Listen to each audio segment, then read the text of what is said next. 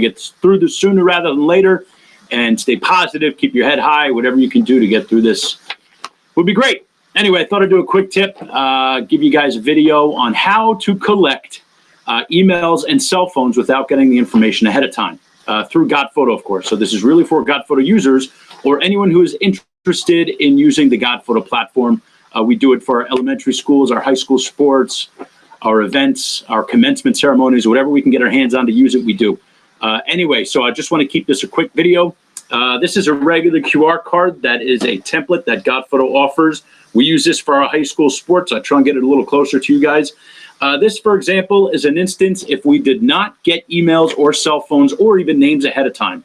So let's say there's 200 students at a high school, and the athletic director obviously gives us that information. We're going to be doing 8 to 10 different teams. Like I said, there's about 200 students. We are going to print 200 blank cards, just like you see here. And what we're going to do is, let's say we have 2 stations set up at the shoot. We're going to have a laptop set up and a device where we're going to have our landing page set up. And if you allow me here, I'll just bring it up for you guys in just 1 second. The whole point of having this set up is so you're going to be able to log these people in with that access code. Okay, this access code is generated randomly as soon as you create the job. If there's 200 students, it's going to generate 200 random access codes. So every specific student is going to have a unique access code. So if I can just share this for you guys real quick. I'm sorry, for some reason this window went away. But we should be good to go here.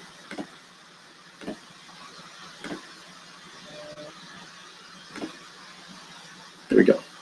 Show and stream. Okay.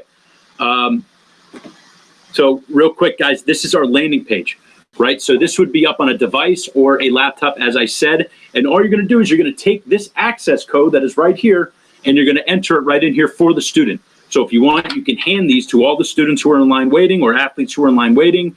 If you want them to put their name on it, they can. If you want them to put their level, varsity, JV, or freshman and sport, you can do that as well. Sometimes that gives you a little more organized database after the fact when you import them. Anyway, so once you put in their access code, it's going to ask for a email and a cell phone. And at that time, we ask the athlete for their parent's cell phone and their parent's email. We collect it then. And then, of course, we take a picture of this and we give this card to the student. So now what we're doing here is we are collecting the parent's email and cell phone from the student, and we're also giving the student this. So we have multiple ways for them to log in. A lot of times, if only the student gets the login information, they may look at the picture, say, I don't like it, and they'll never send it to the parents, or the parents will never even see it. But in most cases, when the parent sees it, they love it. They want to buy anything they possibly can of their child, and that's why it's important to collect the parent's email and the parent's cell and then give this to the student. That's one way to do it. Let me come back over here. Let me just hide this, guys. Good, hang tight. Okay, another way to do it is if you do not have staff to bring, if you do not have a laptop you want to bring, or maybe you think it's going to take a little more time, you still are going to bring these cards for all those athletes. You're still going to hand these out to the athletes. And in this case, where the athletes have their phones with them, that is actually a good thing and to your advantage. A lot of times at events, they carry their phone around everywhere and they want to take pictures of every single thing that's on your table. You say, no photos allowed, please get that phone away. They just can't go anywhere without it. Anyway, so if that athlete has their phone, if you want to take the picture first, give this to them, say, guys, please hover your phone, your cell phone, right over the QR code. Up pops their gallery that is associated with this access code, because this QR code is basically that access code right there. So if they're on the phone, if they hover over it, it brings them right into it, so they can do it on their own. And you can say, please put in your parent's email and your parent's cell phone. And then, of course, as said before, the student will get this. So now they're doing it on their own after the picture, so there's really no queue or there's no waiting in line for you or a staff member to log them in individually. And remember, if you are logging them in via your landing page, always log out once you log in a student.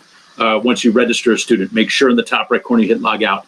Otherwise, you're going to register like 200 emails and cells to one access code, which is no bueno. Anyway, so that's it for our high school sports. That's how we do it. You've seen this before, but this is our elementary school registration form. We photograph this picture, and then all over the place it says, please send this home to your parents, and we almost demand that the school and the PTO communicate with the parents.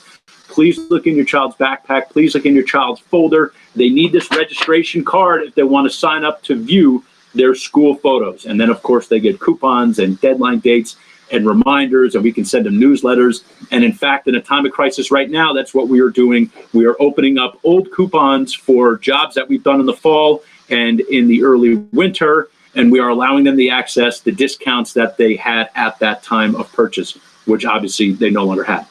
But it's nothing better. There's nothing more enticing about it. It's basically the existing coupon. We keep it short. We call it a cabin fever coupon, and we've probably had upwards of $3,000 to $4,000 trickle in over the last 2 weeks just because of doing that. So that's actually another advantage with online selling compared to prepaid order forms where you don't collect the data. Anyway, that's all for today, guys. If you have any questions, let me know. Like I said before, stay positive, stay healthy, stay home. We're going to flatten this curve sooner rather than later. Come May, I think you'll find we'll be out shooting again.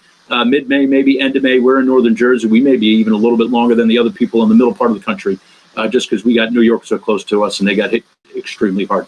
Anyway, stay positive, guys. Love y'all madly, and we'll be back on very soon. Take care.